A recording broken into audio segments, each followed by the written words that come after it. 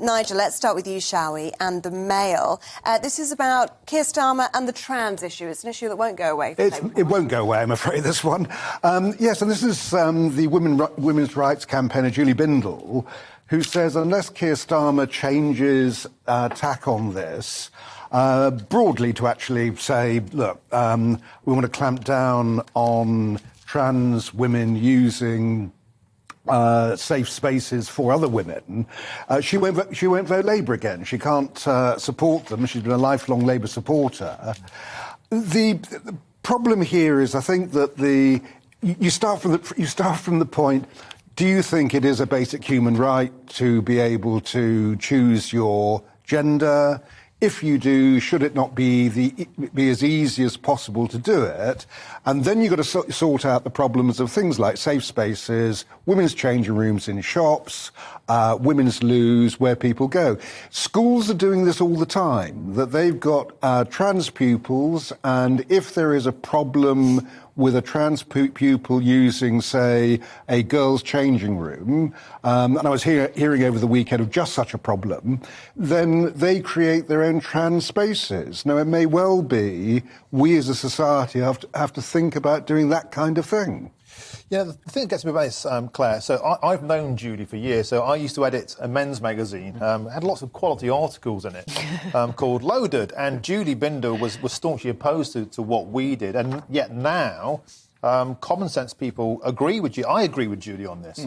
Because, really, if Keir Starmer can't say what a woman is when asked, if he says people with cervixes, if he says chest feeding, surely this is outright misogyny.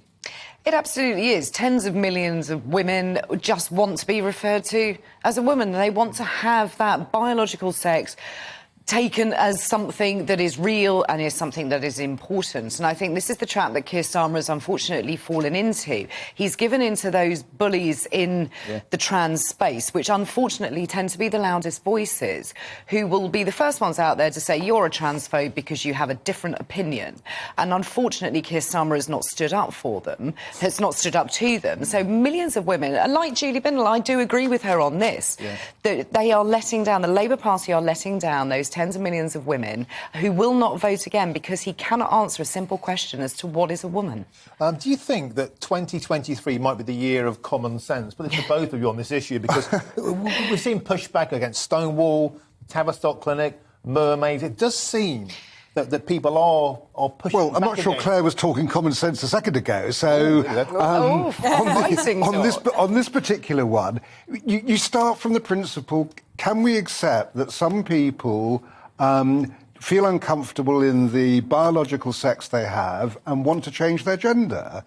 And if they do, let's sort out the problems along the way, not say they can't do it or a trans woman is not a woman. By allowing those people into women's spaces where they're vulnerable, domestic violence centres, and that's what Julie Bindel has campaigned on with J.K. Rowling. Yep. They opened a women's-only space in Edinburgh where victims of domestic violence and sexual assault, women are allowed to go to be away from men. That would strike me as a basic human right, and they're being called transphobic for that. Well, I mean, I don't think they are transphobic. This is my point about what we have to do along the way. It's a bit like same-sex relationship legislation. It took a while to actually sort out the various anomalies in the law.